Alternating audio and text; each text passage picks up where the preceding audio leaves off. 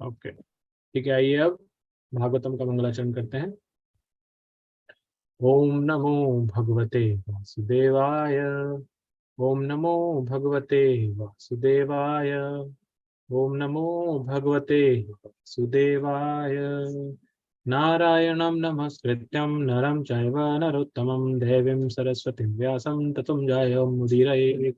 नष्टप्रायेषु अभद्रेषु नित्यं भागवत सेवया भगवती उत्तमा श्लोके भक्तिर्भवति नैष्टिकी। मुखं करोति वाचालं पङ्गुं लङ्घयते गिरिं यत्कृपातमहं वन्दे परमानन्दमाधवम्। कृष्णाय वासुदेवाय कीनंदनाय च नंदगोपकुमाराय गोविंदाय नमो नमः। एक या दो श्लोक को पढ़ने की कोशिश करेंगे। सभी भक्त जो पढ़ना चाहते हैं वो हैंड रेज कर सकते हैं हमेशा की तरह। अभी स्टार्ट करते हैं। अविनाश प्रभु जी आपसे। हरे कृष्णा प्रभु, धन्यवाद, प्रणाम। प्रभु जी, यस। तस्मादेकेन मनसा भगवान सत्वतां पते श्रोतव्यः कीर्तितव्यश्च ध्येयः पूजश्च नित्यदा। अतएव मनुष्य को एकाग्र चित्त से उन पूर्ण पुरुषोत्तम भगवान के विषय में निरंतर श्रवण कीर्तन स्मरण तथा पूजन करना चाहिए, जो भक्तों के रक्षक हैं। Hare Krishna. Thank you Prabhu ji. Next Ashok Tiwari Prabhu ji, आप पढ़िएगा तात्पर्य। हरे कृष्णा प्रभु, मैं किरण बोल रही हूँ। पढ़िए। तात्पर्य: यदि परम सत्य का साक्षात्कार ही जीवन का चरम लक्ष्य है तो इसे हर संभव साधन से अवश्य करना चाहिए। उपर्युक्त वर्णों तथा आश्रमों में से हर एक में गुणगान, श्रवण, स्मरण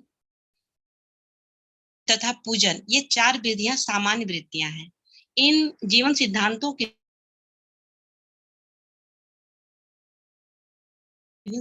में व्यस्त रहने में निहित है। विशेष रूप से आधुनिक समाज में तो मुख्यतया सारे कार्यक्रम श्रवण तथा कीर्तन पर ही मुख्यतया आधारित होती है। कोई भी व्यक्ति, चाहे उसकी सामाजिक हैसियत कैसी भी क्यों न हो, वह कुछ ही काल में विख्यात हो जाता है यदि दैनिक समाचार पत्र उनका गुणगान करते हो, चाहे ये गुणगान झूठे हो या सच। हरे Krishna, thank you. Hare Krishna Prabhu.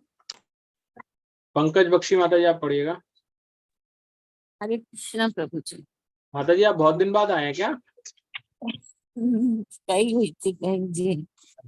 Okay जी जी, बताया नहीं आपको क्योंकि प्रोग्राम अचानक से ही बना था। स्वास्थ्य ठीक है ना आपका? हाँ जी बिल्कुल। पढ़िए माता। हरे कृष्ण। कभी कभी किसी दल विशेष के राजनीतिक नेताओं का विज्ञापन समाचार पत्रों में प्रसारित होता है और ऐसे गुणगान की विधि से एक नगण्य व्यक्ति भी पलक झपकते ही महत्वपूर्ण बन जाता है। किंतु अयोग्य व्यक्ति के ऐसे झूठे प्रचार से ना तो उस व्यक्ति का लाभ होता है ना समाज का। ऐसे प्रचार की क्षणिक प्रतिक्रिया तो हो सकती है किंतु इसका कोई स्थायी प्रभाव नहीं होता। अतः ऐसे कार्य समय का अपव्यय है। गुणगान तो उन पूर्ण पुरुषोत्तम भगवान का करना चाहिए जिन्होंने हमारे सामने प्रकट होने वाली प्रत्येक वस्तु की सृष्टि की है। हम इसकी विस्तृत व्याख्या श्रीमद् भागवतम के जन्माध्याय वाले प्रथम श्लोक के आरंभ में ही कर चुके हैं।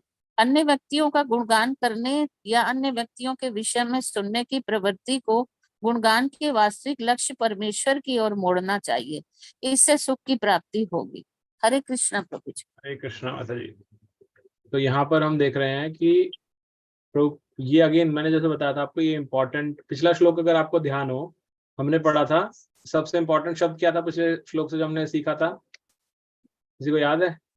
लास्ट श्लोक से हमने क्या इंपॉर्टेंट शब्द सीखा था? वर्णाश्रम था। नहीं, एक शब्द था इंपॉर्टेंट। संसिद्धि भगवत प्रणीतम। दो मिला दिए माता जी हरितोषणम। आपने दो अलग अलग श्लोक मिला दिए। दो मिल गए। ये दूसरा वाला कौन सा है माता जी जो बता रहे थे, कोई बताएगा? समसिद्धि हरितोषणम प्रभु जी। समसिद्धि हरितोषणम एक है माता जी, दूसरा बता रहे थे वो क्या था? क्या माता जी? प्रभु समसिद्धिर होता है कि समसिद्धिम? समसिद्धि हरितोषणम। समसिद्धि हरितोषणम, ये तो एक है जो हमने पढ़ा, लेकिन माता जी ने जो दूसरा बताया वो कोई और है, वो क्या है?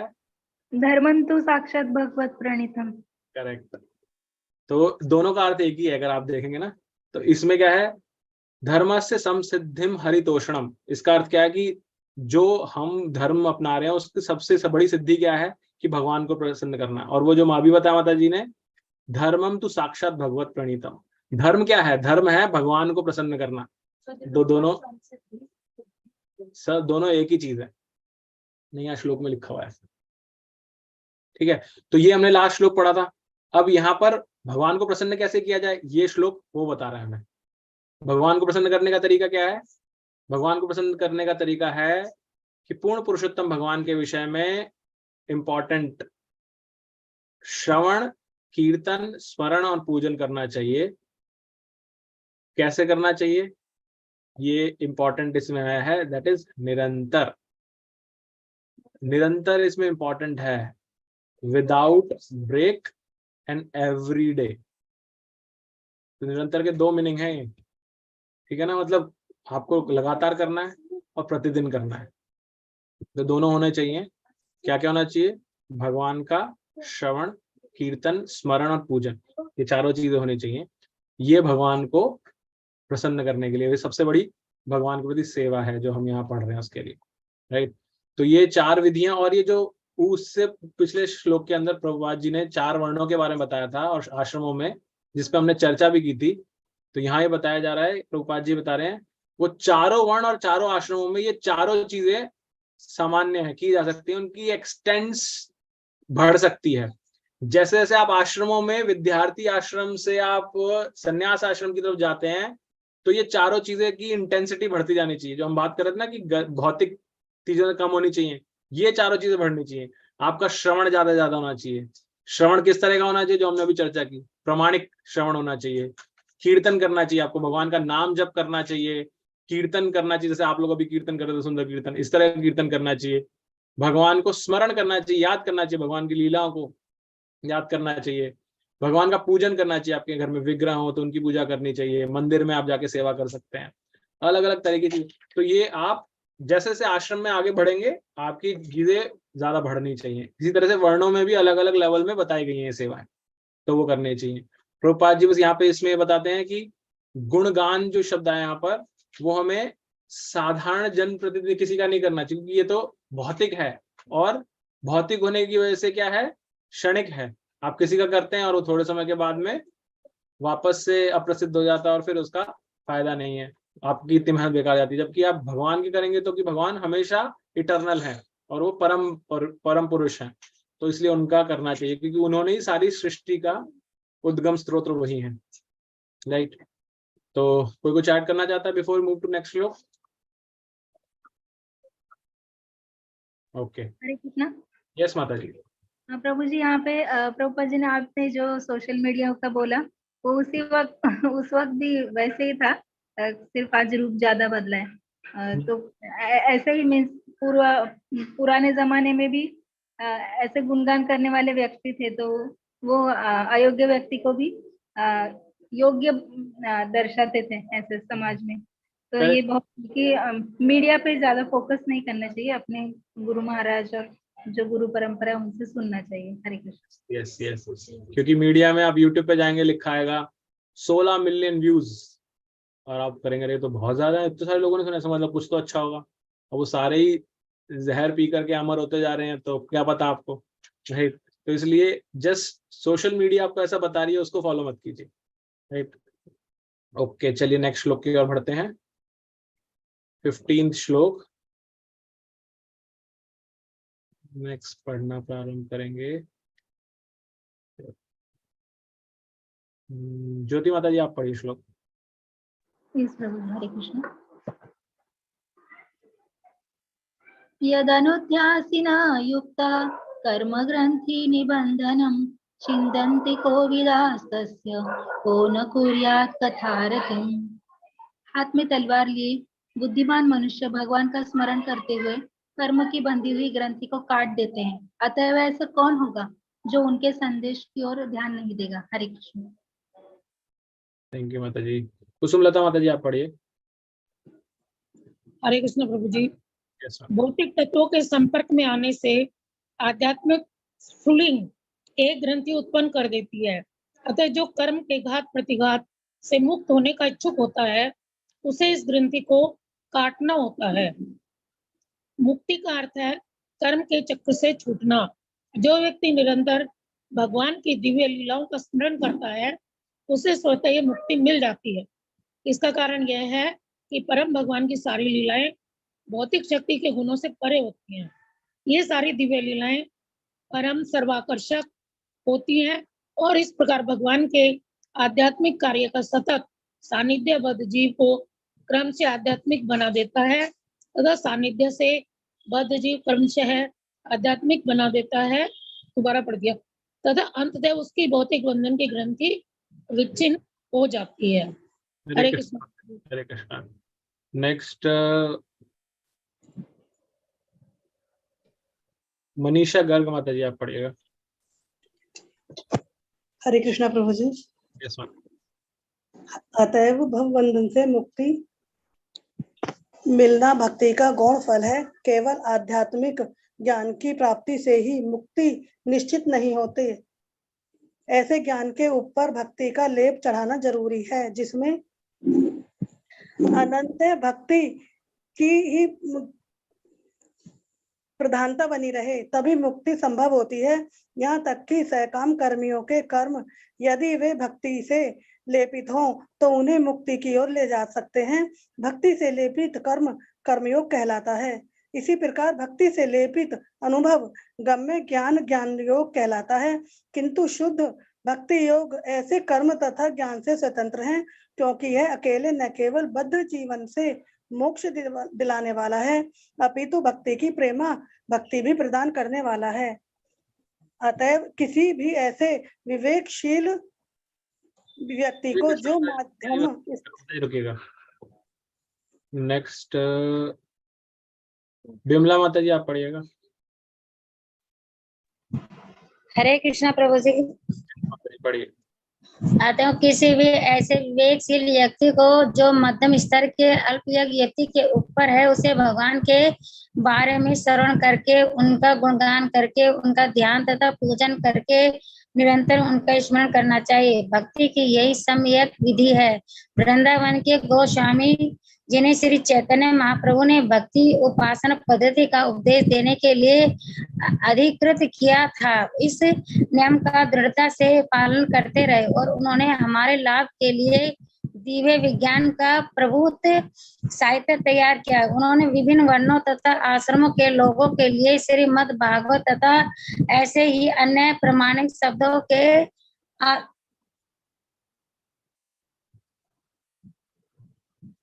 के आधार पर विविध मार्ग बनाए हैं।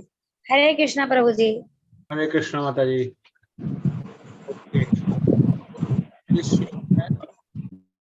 हमने पढ़ा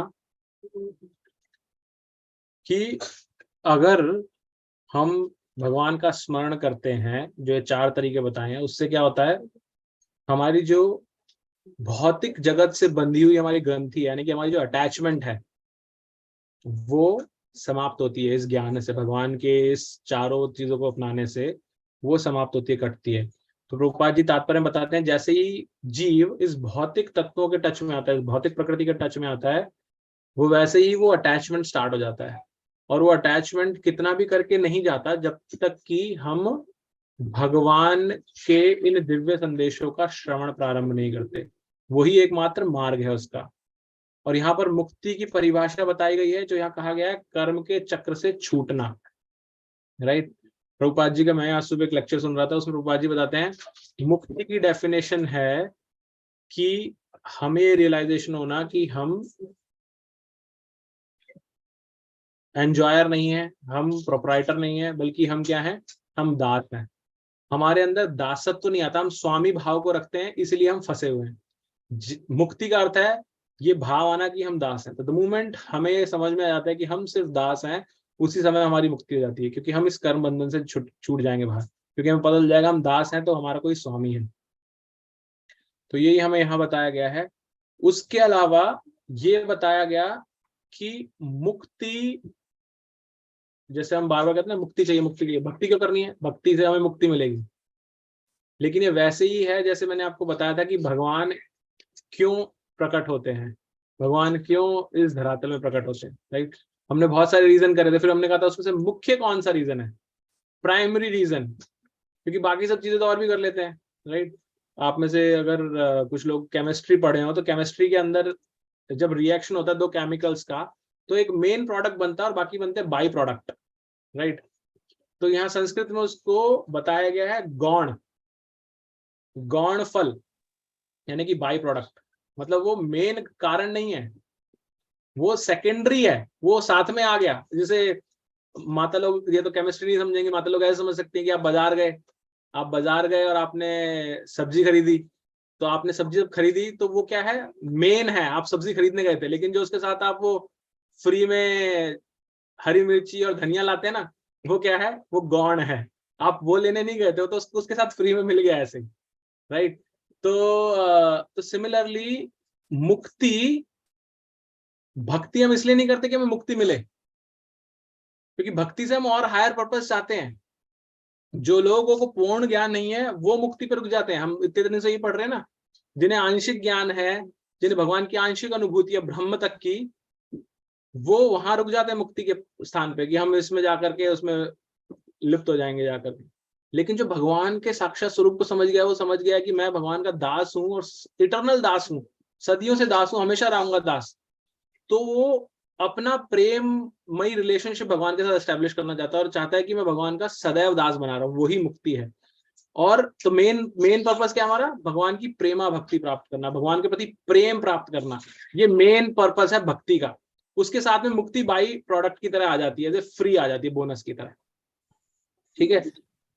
तो ये हमने इसमें पढ़ा। कोई कुछ बोलना चाहता है क्या बीच में? ओके, नहीं है, ठीक है। हरे कृष्णा प्रभु जी। यस माता जी। हम लोग इतने समय से भक्ति के बारे में पढ़ रहे हैं, तो हमने एक क्वेश्चन है सभी से, भक्ति का अर्थ क्या है, भक्ति क्या है? बाकी लोग जो है सभी बता सकते हैं। मैं बताऊं माता जी? हरे कृष्णा माता जी। हैंड रेज करके, अनम्यूट करके नहीं, हैंड रेज करके। फतेह प्रभु जी, आप बताइए। भक्ति है प्रभु की सेवा करना, प्रेम करना, उनसे उनके सेवा शुश्रूषा करना, उनका समय ख्याल रखना और सेवा भाव और प्रेम, वो भी प्रेम से। जैसे हम अपने बच्चे को देखते हैं जैसे बाल रूप में, तो उसको कैसे उसका ध्यान रखते हैं, या कोई बुजुर्ग है तो उनका ध्यान किस तरह से रखा जाता है, उनकी सेवा शुश्रूषा से। तो वही भक्ति, मतलब प्रेम में, तन्मयता से, दासत्व से। तो आपने जैसे लेमैन ओपिनियन। अच्छा, माता जी से कहना चाहूंगा कि इनका, माता जी ने क्वेश्चन किया था, इनकी घड़ी खराब है, काफी टाइम से मैं नोटिस कर रहा था, तो आधा घंटा ये लेट है, तो मैं चाहूंगा कि वो अपना ठीक करा ले। तो कहते हैं घड़ी थोड़ा लेट होने से तो टाइमिंग कैसे होता है। मैं भी नोट कर रही थी, उस दिन सोच रही थी, फिर भूल गई। हरे कृष्ण। हरे कृष्णा। रेखा माता जी, आप बोलिए। भक्ति का मतलब है कि भगवान से इतना प्रेम करें कि कहीं भी जाएं, जैसे तो हमको भगवान की याद आए कि घर में भगवान है हमारे, या उनकी याद में हमेशा उन्हीं का स्मरण रहे। कुसुमलता माता जी। अपनी इंद्रियों की तुष्टि के लिए कार्य न करके भगवान की प्रसन्नता के लिए जो कार्य किया जाता है वही भक्ति है। जय प्रकाश प्रभु जी। भक्ति का अर्थ इसी में आप लोगों ने बताया भी था और महसूस भी किया है। जैसे कि कोई स्त्री है और किसी से वो प्रेम करती है, तो घर में वो तो सारा काम ऐसे करती है कि किसी को आभास नहीं होता है, लेकिन वो हमेशा अपने प्रेमी में लगी हुई है। इस तरह से हमारा अटैचमेंट हो कि हम कहीं भी रहें, किसी परिस्थिति में रहें, हमारा तन मन वहीं जुड़ा हो, भौतिक रूप से हम यहाँ मौजूद रहें। थैंक यू प्रभु जी। कालीचरण प्रभु जी। हरे कृष्णा प्रभु जी। तन्मयता से प्रभु को याद करना, उन्हीं में हमेशा लगे रहना, जब भी समय मिले तभी भी उनको याद करना। राजरानी माता जी। जब हम हमें हेलो हाँ माता जी। हमेशा भगवान के बारे में सोचेंगे, उनकी भक्ति करेंगे, अच्छा विग्रह करेंगे, सुबह से शाम तक अपना गुणगान करते रहेंगे, उनकी याद में रहेंगे, हैं, तो वही भक्ति कहलाती है। थैंक यू माता जी। 3 और भक्त हैं जो बोलना चाहते हैं। अविनाश प्रभु जी। हरे कृष्णा प्रभु। यदा तदा यथा तथा, मतलब इन एवरी सिचुएशन, किसी भी सिचुएशन में हमेशा समसिद्धिम हरितोषणम। भक्ति का मतलब हम ऑलवेज टू प्लीज कृष्णा। किसी भी सिचुएशन में हमेशा कुछ भी कर रहे हैं तो इसे कुछ करने से पहले सोचने के ये काम करेंगे जिसमें भगवान की खुश होंगे कि नहीं, इससे कुछ भी कर रहे हैं तो हमेशा। थैंक यू प्रभु जी। ज्ञानेंद्र माता जी। हाँ प्रभु जी, हरे कृष्ण प्रभु जी। भक्ति का मतलब यह है कि आप पूरी तरह समर्पित रहें उन्हीं में। जैसे गीता में भी कहा है, रामायण में भी कहा है कि भक्ति 9 प्रकार से कही गई है, अर्चनम, दास्यम, भजनम, कीर्तनम, सख्यम। तो ये आप किसी भी भाव को लेकर के बस अपने साथ अपने को भगवान से जोड़े रखिए, किसी भी प्रकार से सेवा करिए, तो वो भक्ति है। Thank you. Last few more. Kiran Mata ji. Hare Krishna Prabhu ji. Yes. भक्ति के बारे में कहना चाहेंगे कि जैसे भूख और प्यास लगने के बाद मनुष्य के अंदर एक तड़प हो जाती है कि हमें भूख मिटानी है, प्यास मिटानी है, वैसे ही अगर आप भगवान को पल भर के लिए विस्मरित कर देते हो और आपके अंदर अगर वो तड़पन आ जाए, वो तड़प आ जाए, तो इसी को भक्ति कहते हैं कि 1 सेकंड पल भर के लिए भी भगवान को भूला नहीं है। जहां भूले कि आपके अंदर एक तड़प जैसे भूख प्यास लगने पर महसूस होती है, वैसे ही भगवान के भी के संदर्भ में वो तड़प अंदर पैदा हो जाए। हरे कृष्ण प्रभु।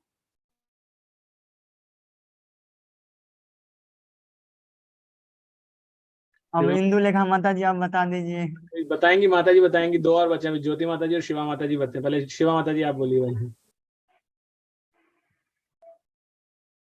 शिवा माता जी आप अनम्यूट नहीं है। हरे कृष्णा। यस माता जी। धन्यवाद प्रणाम प्रभु जी। प्रभु जी, ये क्वेश्चन हमने भी टेम्पल में पूछा था, तो हमें यही आंसर मिला था कि always remember Krishna, never forget Krishna. Okay, thank you. Jyoti Mata ji. हाँ यस प्रभु जी, हरे कृष्णा।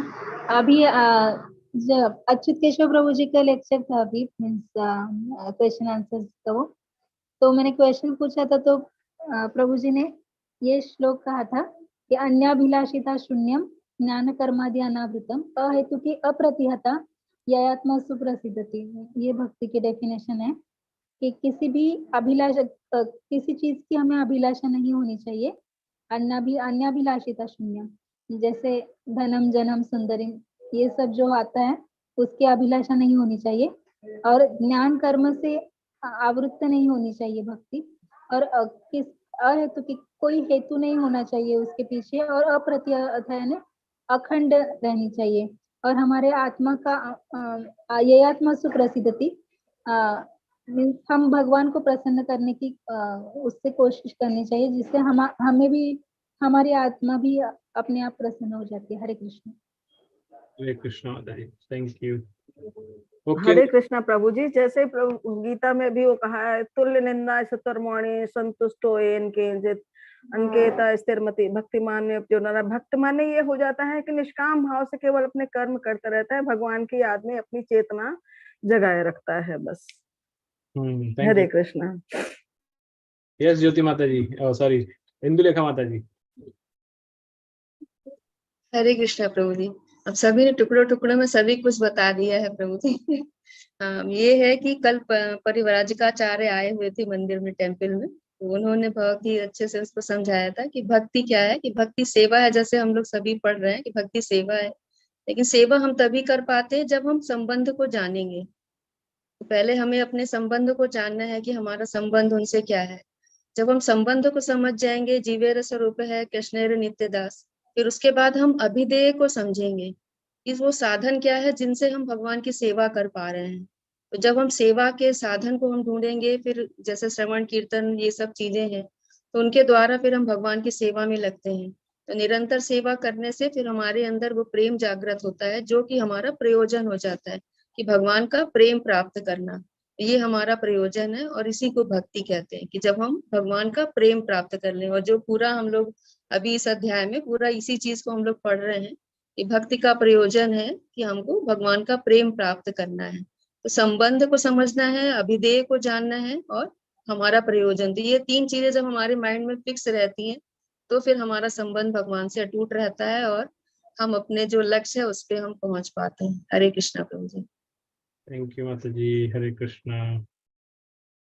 के तो जैसा सभी ने बताया था बिल्कुल सही परिभाषा थी, माता जी ने उसको समराइज कर दिया और एक संबंध अभिधेय प्रयोजन के नाम से बताया उसको। ज्योति माता जी ने भी श्लोक बताया, एक नेक्टर ऑफ इंस्ट्रक्शन का श्लोक है ना माता जी, ये तो भक्ति रसायन सिंधु का है। भक्ति रसायन सिंधु का श्लोक है, अन्याभिशल्लाशिदा शून्य। बॉटम लाइन सिर्फ यही है कि हमें, जो कुसुमलता माता जी ने बोला था, अपनी इंद्रिय तुष्टि के बारे में नहीं सोचना, भगवान को कैसे प्रसन्न कर सकते हैं। समसिद्धि हरितोषणम, कि मैं जो कार्य कर रहा हूँ अभी, अगर मैं आपसे वार्तालाप कर रहा हूँ, यहाँ बैठा हूँ, तो क्या इसमें मैं भगवान को प्रसन्न कर रहा हूँ, इसमें मैं ऐसा कुछ कर रहा हूँ जिससे भगवान प्रसन्न होंगे, या मैं ऐसा कुछ कर रहा हूँ जिससे भगवान अप्रसन्न होंगे, राइट। क्योंकि हम जिससे प्रेम करते हैं, जैसा जयप्रकाश प्रभु जी ने बोला था, प्रेमी प्रेमिका का एग्जाम्पल दिया था, तो इससे प्रेम करते हैं हमेशा ऐसा सोचते हैं, एटलीस्ट जब तक विवाह नहीं होता तब तक स्टेज में तो यही रहता है कि दिखावा करते हैं, ऐसा करने की कोशिश करते हैं कि सामने वाला प्रसन्न रहे, तब ज्यादा होता है ना ये। तो आप जानबूझ के ऐसी चीजें करने की कोशिश करते हैं सामने वाला प्रसन्न रहे, नाराज ना हो। वो एक्चुअल प्रेम है, जो इन्फेक्चुएशन दिखता है इस जगत के अंदर, लेकिन भगवान के साथ ऐसा प्रेम चाहिए हमें कि हम जो कुछ कर रहे हैं वो उससे प्रसन्न हो। तो ये एक अलग तरीके से, तो सभी चीजें सही हैं भक्ति की, जो आप सब परिभाषाएं आपने बताई, जो सुन रहे हैं, पढ़ रहे हैं और उसको अपने अमल में भी ला रहे हैं। तो आइए आज की कक्षा को हम विराम देते हैं यहीं पर। हरे कृष्ण महामंत्र और वैष्णव प्रणाम मंत्र बोल करके हम नेक्स्ट क्लास मंडे को होगी हमारी। अब मैं आज और कल में आपको भगवत गीता के जो श्लोक रहेंगे इस वीक में, वो भी मतलब मंथ में वो रहेंगे। आप लोग जो प्रेजेंट करना चाहते हैं, मैं ग्रुप में अभी पोल डालूंगा, आप प्लीज उस पोल में सेलेक्ट कीजिएगा यस, ताकि मैं आपका नाम डाल सकूं वहां पर फिर कल, ठीक है। तो पिछली बार कम रेस्पॉन्स मिले थे मुझे, इस बार मैं आशा कर रहा हूँ ज्यादा रेस्पॉन्स मिलेंगे, तो अकॉर्डिंगली आई विल प्लान। तो आइए हरे कृष्ण महामंत्र वैष्णव प्रणाम मंत्र बोल कॉल समाप्त करते हैं। हरे कृष्णा कृष्णा कृष्णा हरे हरे, हरे राम राम राम हरे हरे। वांछा कल्पतरुभ्यश्च कृपा सिंधुभ्येव च पतितानां पावनेभ्यो वैष्णवेभ्यो नमो नमः। अनंत कोटि वैष्णव वृंद की जय, श्रील प्रभुपाद की जय, श्री श्री राधा माधव की जय। हरे कृष्णा, सभी को दंडवत प्रणाम।